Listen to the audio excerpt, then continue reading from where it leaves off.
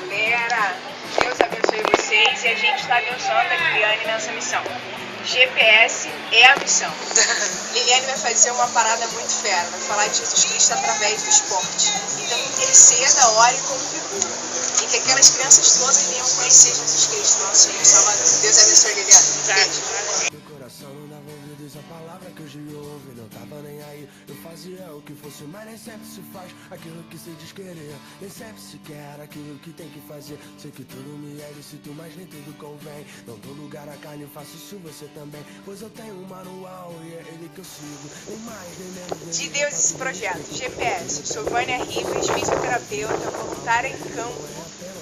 Venha com a gente, servir ao Senhor em Brasília, orando pelo Liliane no GPS. Guia para a salvação. Deus É abençoe. isso aí, mudança de rota!